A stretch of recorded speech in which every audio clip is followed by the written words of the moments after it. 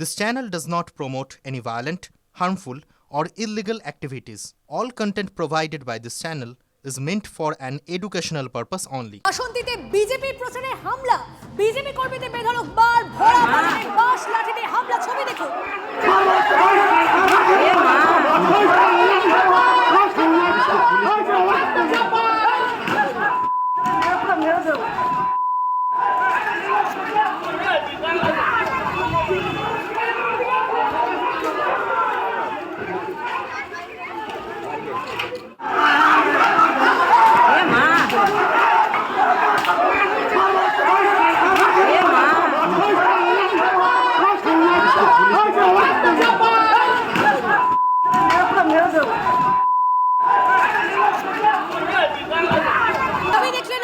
ভরা বাজারে এভাবেই ঠিক হামলা হয় প্রচারের সময়। কথা বলবো আমাদের প্রতিনিধি দেবব্রত আমাদের সঙ্গে রয়েছে। দেবব্রত, এই ছবি কেন দেখতে হলো? প্রচারে গেছিল বিজেপি, তাতে এরকম ভাবে হামলা কেন?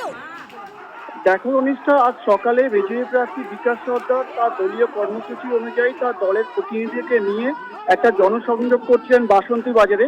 হঠাৎ বিকাশবাবু অভিযোগ করেন টিএমসি আশ্রিত দুষ্কৃতীরা তার উপরে হামলা চালায় এবং দুটি বাইককে সেখানে ভাঙচুর করে এবং তাদের কিছু দলীয় কর্মীরা আহত হন এবং তারা পুলিশ প্রশাসনের কাছে তারা অভিযোগ জানান। এখনো পর্যন্ত এই ঘটনায় কাউকে গ্রেপ্তার করা হয়নি। বিকাশবাবু এবং তার দলের কর্মীরা তারা অত্যন্ত শঙ্কিত অবস্থায় রয়েছে। এলাকায় যথেষ্ট উত্তেজনা রয়েছে এই মুহূর্তে। বেশ, ধন্যবাদ দেবব্রত।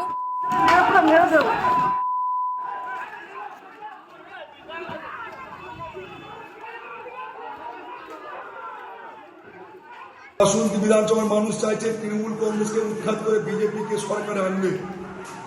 আজকে আমাদের আশীর্বাদ নেওয়ার একটা প্রোগ্রাম ছিল বাসন্তী বাজারে। পিসফুল জনসংযোগ প্রক্রিয়া আমরা করছিলাম। হঠাৎ বাসন্তী থানার পুলিশ প্রশাসন, ভিডিও অফিসার আর তৃণমূল কংগ্রেসের নেতা তারা আজকে যৌথ উদ্যোগে তারা আমাদের প্রোগ্রামকে বানচাল করেছে। তৃণমূল কংগ্রেসের কিছু দুষ্কৃতী সমাজ বিরোধী তারা এক জায়গায় আমাদের গাড়িগুলোকে ধ্বংস করে দিল, ভাঙচুর চালালো। তৃণমূল কংগ্রেসের নেতারা আজকে ভয় দেখাচ্ছে, কর্মীদেরকে মারধর করছে, আর আজকে একটা ভয়ঙ্কর খেলা করে আমাদের জনসংযোগ প্রক্রিয়াকে বন্ধ করছে।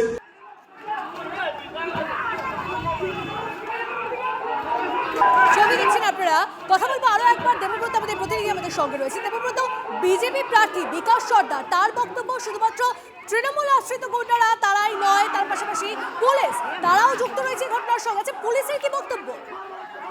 দেখো, বিকাশবাবু প্রথম থেকে একটা অভিযোগ করে আসছেন। তিনি বলছেন যে প্রশাসনের সামনে এই ঘটনাটি ঘটেছে, আর সব থেকে গুরুত্বপূর্ণ বিষয় হলো যেখানে এই ঘটনাটি ঘটেছে সেখান থেকে বাসন্তী থানার ডিস্টেন্স কেবল 1 কিলোমিটারের মধ্যে, আর সেই পুলিশ প্রশাসনের চোখের একদম সামনে 1 কিলোমিটারের মধ্যে এই ঘটনাটা ঘটেছে। এবং তিনি পরিষ্কারভাবে জানিয়েছেন প্রশাসনের নিষ্ক্রিয়তার অভিযোগ তিনি তুলেছেন এবং এই ঘটনা করে বিকাশবাবুর কিছু দলীয় কর্মী তারা আহত হয়েছে এবং এই মুহূর্তে তারা একটা জায়গায় তারা ভয়ে শঙ্কিত অবস্থায় ঘরের মধ্যে আবদ্ধ অবস্থায় রয়েছে। ধরপাকড় করা হয়েছে না, এই ঘটনায় এখনো পর্যন্ত কাউকে গ্রেপ্তার করা হয়নি। এই জন্য বিকাশবাবু প্রশাসনের উপরে ক্ষুব্ধ, তিনি অভিযোগও দায়ের করতে চলেছেন। সঙ্গে থাকুন দেবব্রত। অর্থাৎ যে তথ্য সামনে আসছে এখন অবধি, এত বড় একটা হামলা হয়েছে, বিজেপির অভিযোগ করছে যে তৃণমূলে আশ্রিত গুন্ডারা এই ঘটনা ঘটিয়েছে, তার পাশাপাশি পুলিশ প্রশাসনও যুক্ত ছিল এই ঘটনার সঙ্গে। তারপরেও এখন অবধি কোনো ধরপাকড় হয়নি বলে খবর, প্রতিনিধি বললে।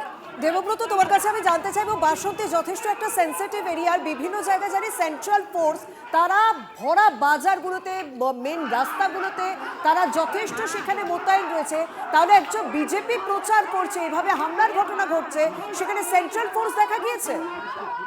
দেখো, এই মুহূর্তে ঘটনার পরেই আমরা দেখতে পাই সেখানে কিছু সেন্ট্রাল ফোর্স এবং পুলিশের নেতৃত্বে সেখানে সেন্ট্রাল ফোর্স আছে। সবথেকে গুরুত্বপূর্ণ বিষয়, প্রতিদিন সকালে আমরা দেখতে পাই বাসন্তী থানা সংলগ্ন যে বাজার এবং যে গ্রামগুলো আছে সেখানে সকালে সেন্ট্রাল ফোর্সের একটা তৎপরতা আমরা দেখতে পাই। কিন্তু এই ঘটনায় আজকে সেখানে কিন্তু কোনো সেন্ট্রাল ফোর্স সকাল থেকে ছিল না।